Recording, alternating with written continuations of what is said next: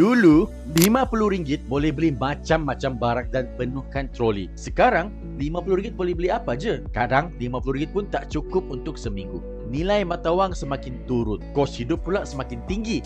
Tapi gaji pula tak naik-naik. Zaman ibu bapa dan atuk nenek kita dulu, mereka bekerja, menabung dan membuat simpanan. Dan dengan itu sahaja sudah cukup untuk beli rumah, beli kereta dan masih ada simpanan lebihan untuk waktu bersara. Atuk saya dulu kerja biasa-biasa dengan gaji sederhana sahaja. Tapi dengan gaji yang sederhana itu, dia mampu buat simpanan cukup untuk besarkan 5 orang anak dia dan hantar anak-anak dia untuk sambung belajar di overseas. Bukan itu sahaja, malahan dia mampu beli rumah untuk keluarga dari hasil gaji dia yang sederhana.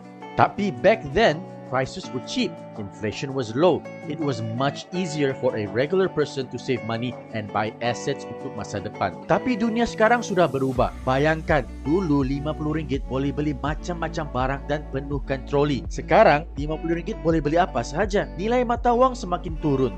Kos hidup pula semakin tinggi, tapi gaji pula tak naik-naik. The financial strategies that used to work for our parents and grandparents sudah pun outdated di zaman modern ekonomi ini. We are working harder than ever. Kita bekerja keras, tapi duit sentiasa rasa tak cukup dan simpanan kita pun tidak bertambah-tambah sebab semua benda semakin mahal. Dulu harga rumah mampu milik, tapi dengan peredaran masa, harga rumah sekarang semakin menjadi tak mampu milik. Entah-entah anak cucu cicit kita di masa akan datang masih mampukah beli rumah sendiri? So, kalau anda nak berjaya dan become financially successful, anda perlu adapt dan ikut peredaran zaman. Anda mesti take advantage dengan digital modern wealth building opportunities yang wujud sekarang ini. Tak boleh lagi ikut strategi kewangan yang sudah pun outdated dan ketinggalan zaman. Sebagai contoh, zaman dulu mana ada budak-budak jutawan yang lagi kaya dari mak bapak dorang. Tapi zaman sekarang ada sangat banyak, makin ramai budak-budak kaya jutawan yang lagi kaya dari mak bapak dorang. Sebab budak-budak zaman moden ini pandai take advantage dengan modern ekonomi internet, social media, YouTube, TikTok, digital currency crypto untuk buat duit dan bina kekayaan berbanding orang dewasa lain yang masih lagi ketinggalan zaman. So, kalau anda masih lagi berpegang pada old way, iaitu pergi kerja, dapat gaji, hidup berjimat cermat, simpan duit, invest di ASB, sementara budak-budak zaman sekarang sudah jauh maju ke depan dengan modern digital economy yang membawa kepada kekayaan moden, maka anda masih akan jauh ketinggalan. Unless anda take advantage dengan digital modern economy yang wujud di zaman ini untuk bina kekayaan dan financial freedom anda. Digital modern economy ini ada banyak. Affiliate marketing, content creator, YouTuber, social media influencer, e-commerce, dropshipping, blogger, digital marketing and entrepreneurship dan macam-macam lagi. Tapi dalam video ini saya nak cerita pasal the modern way of investing to build your wealth, iaitu pelaburan moden terbaik yang memberi pulangan tinggi yang menguntungkan selain ASB untuk bina kekayaan. Setiap kali sebut pelaburan, orang automatik akan ingat ASB. Tapi ada banyak lagi jenis pelaburan selain ASB. Simpanan ASB adalah pelaburan simpanan yang selamat. Tapi pulangan 5% setahun yang perlahan dan slow tidak akan bantu anda achieve financial freedom. Apa guna untung 5% setahun kalau inflation pun 4% setiap tahun?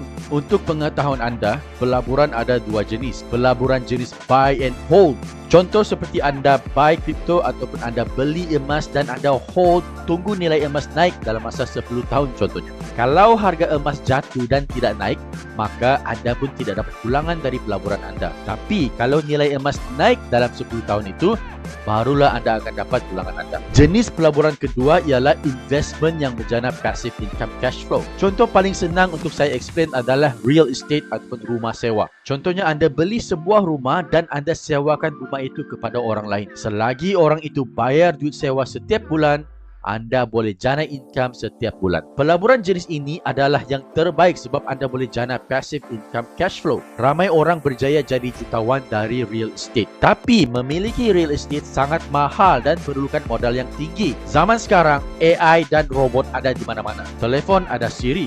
Google ada Google Assistant. Kereta pun boleh drive secara automatik.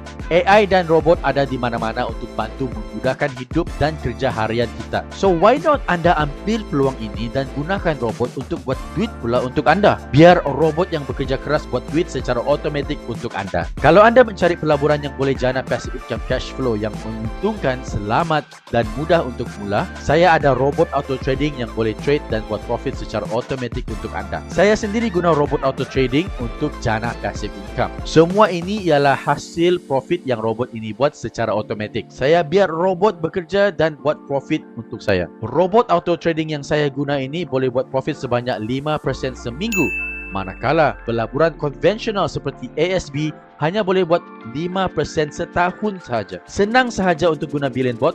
Anda hanya perlu buka trading account, deposit ke dalam account trading anda sendiri dan tekan butang start.